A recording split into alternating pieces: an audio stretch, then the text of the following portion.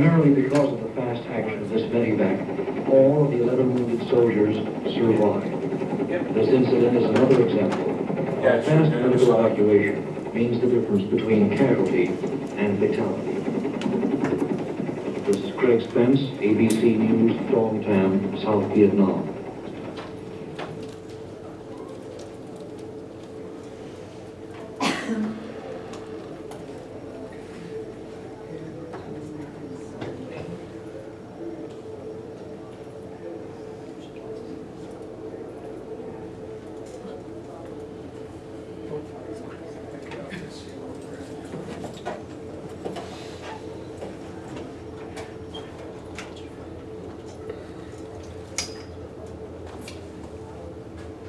What it was,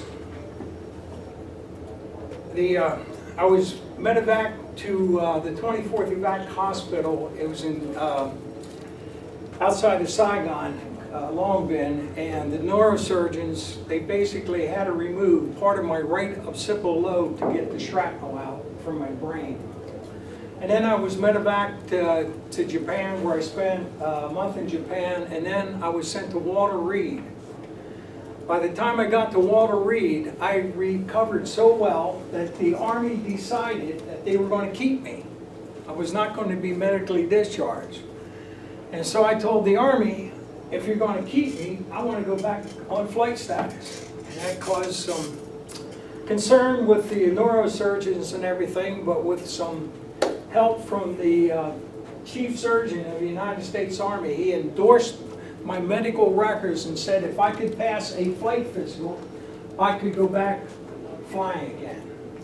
So in order to pass the flight physical, a year and a half after I was wounded, I had to go back to Walter Reed and have a plate put in my head to cover the hole.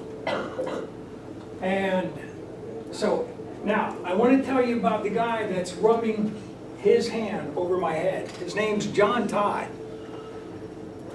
This is an incredible story about this guy. He too was a helicopter pilot.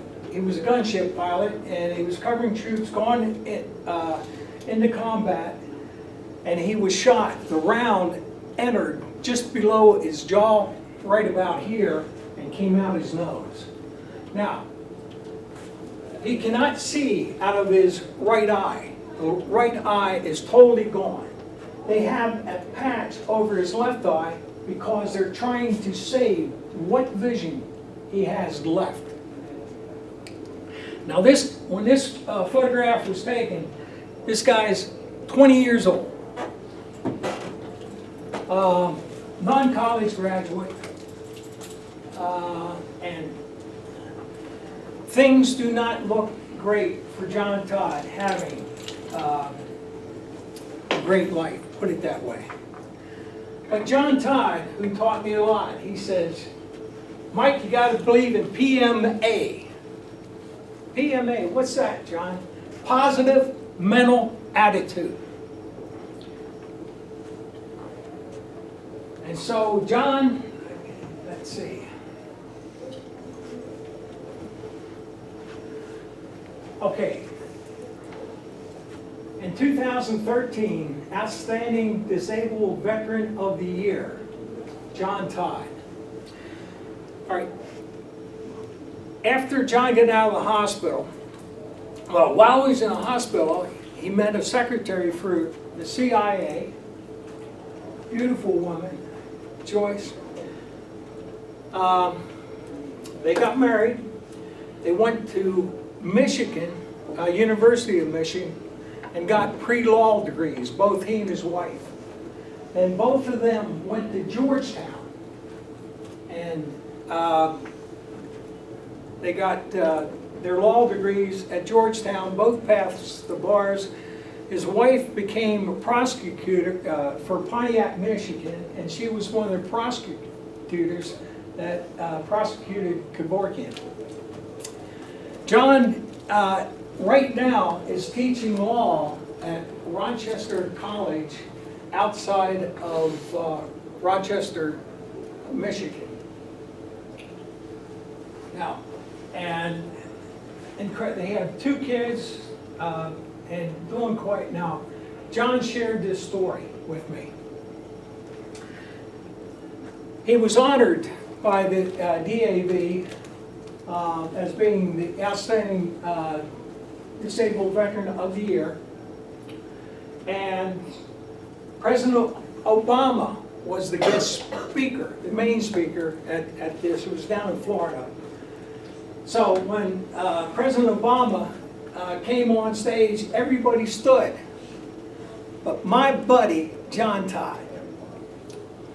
Now, John and I differ in one respect. He's Republican, I'm Democrat. So we'll just let that go. But he showed me this photograph and he says, Mike, I did not stand out of disrespect. He said, I did not stand because I was sleeping. And then he went on to say, President Obama realized he was sleeping, so he went over and he goes like that and wakes him up. John's Can't got a imagine great- the president waking you up from a nap. But he's an incredible guy. I wound up being best man at their wedding. No, that's pretty cool. Yeah, and okay, let's do one more. And you guys thought it was bad to fall asleep in class. Hey, I didn't hurt you, Doug. Yes, sir. I should have asked permission first before. You're fine, sir. Okay. One more, come on, where are you? There you go. Okay. The guy on the right is Dwayne Garver. He's the medic that saved my life. And that's me on the left. And every year, since I got out of the service back in 1972, to this day, we have a golf tournament, he and I, called the Domtam Invitational. There's only 2 people invited to play in this tournament, Dwayne Garver and me. And so we have a lot of fun with it. And last year, he lives up in Mason, Michigan, which is outside of Lansing, the capital.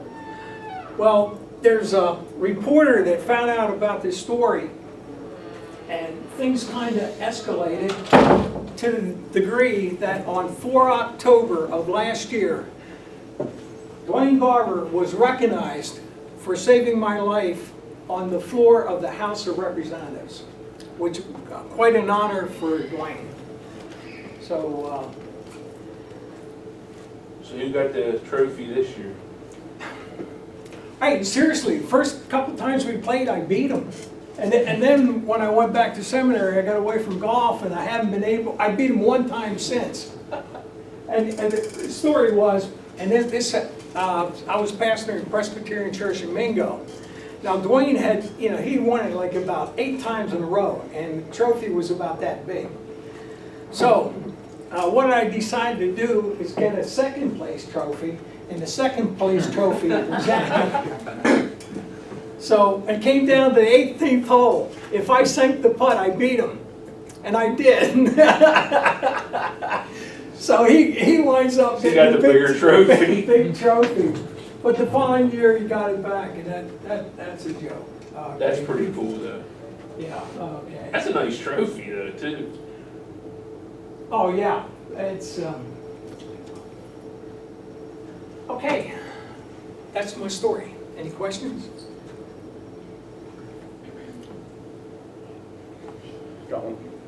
Oh, I'm sorry. What was your experience with the people, like the common people of Vietnam? Good question. And I'm going to be very honest with you. I got over there, and they were great people.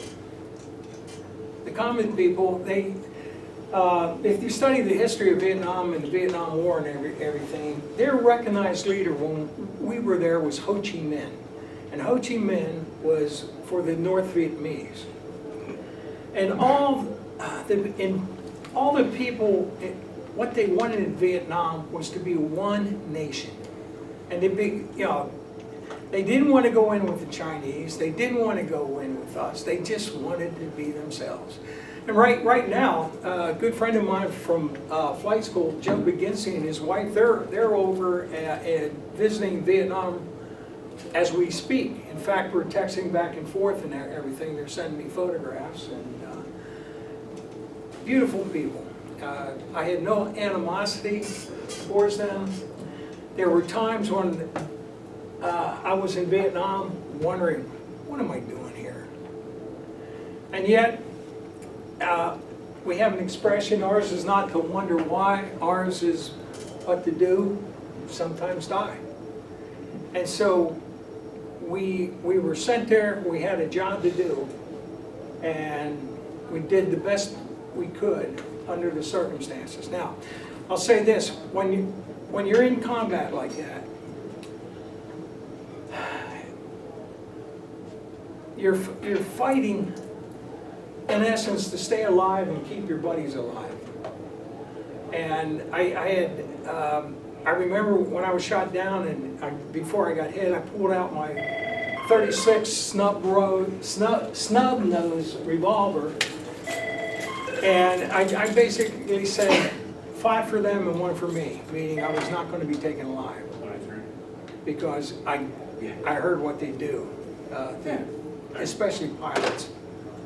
And it never came down to that. And you know, now,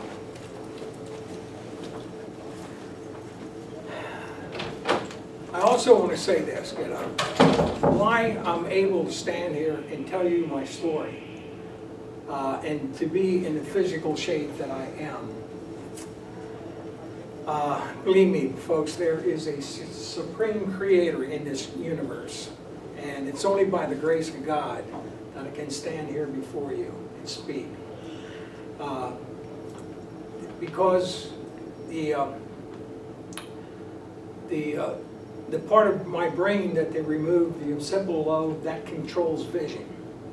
But my vision was good enough to go back and fly another tour. Now, as it turns out, years later, I found out that I was and I am dyslexic, pretty much so. And then I found out there's a study going on right now that they're finding that dyslexic people do their visual processing in the forepart of their brains and not so much the occipital. So the fact that I'm dyslexic helps me to see, so to speak. It's the greater plan. It's the greater plan. Oh, absolutely, absolutely. Because what would the percentages be that would be the part removed for someone who's dyslexic? Yeah. And doesn't use that part to be able to see. That's amazing.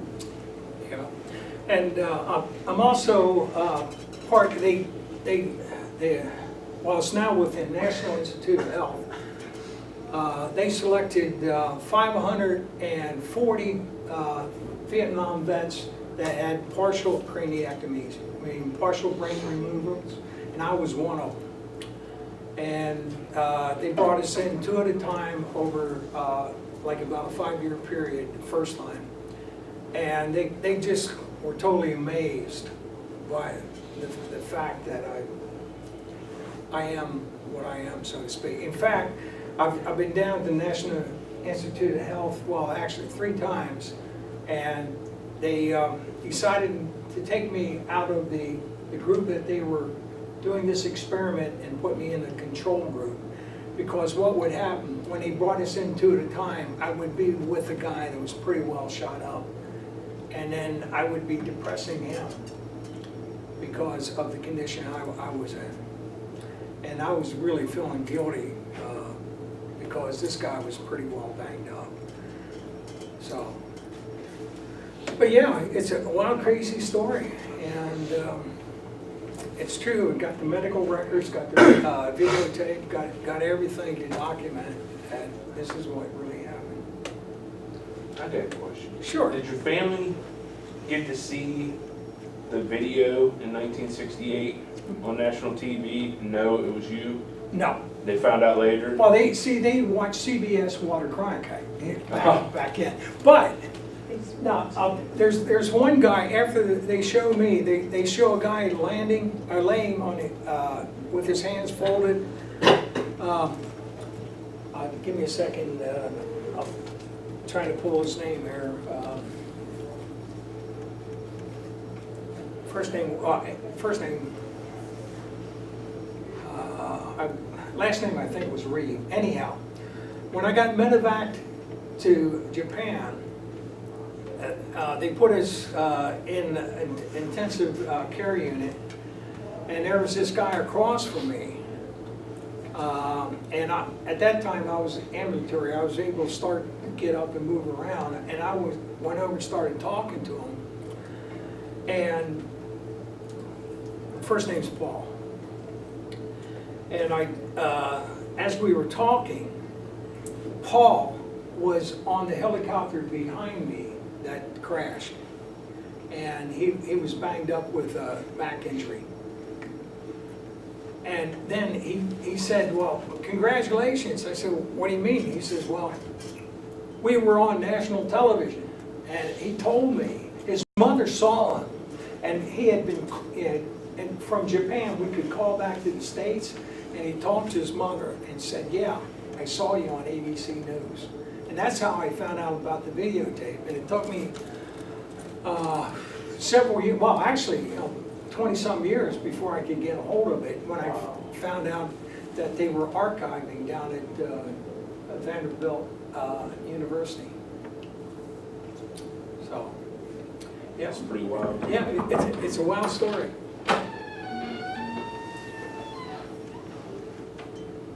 I don't want to ask all the questions. Anybody else have a question? Anybody else? What advice would you give to someone wanting to go into service? I'll go with you. No, hey.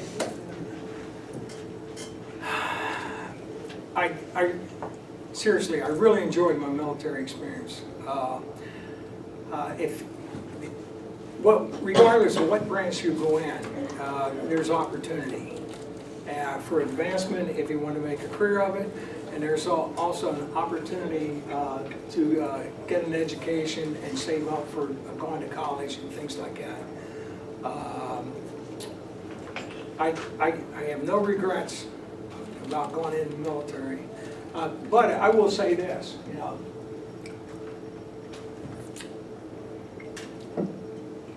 if you want to go in, number one choice should be the Air Force. I'm planning on being an airborne ranger in the Army. Okay. Gun ho. Yeah. And the thing is, now the Air Force has great educational opportunities, and they live well. When I was in Vietnam, living in, we called them hooches, we made out of ammo crates. The Air Force, I was stationed at an Air Force base for a couple of weeks. They had metal apartments, we might want to say, with indoor plumbing, showers, sidewalks, movie theaters, PXs, things like that. And then we're out in the boondocks and everything. But I got sent to an Air Force base, TDY, to study terminal instrument procedures. I became an instrument flight examiner after my first tour. And when I walked in with a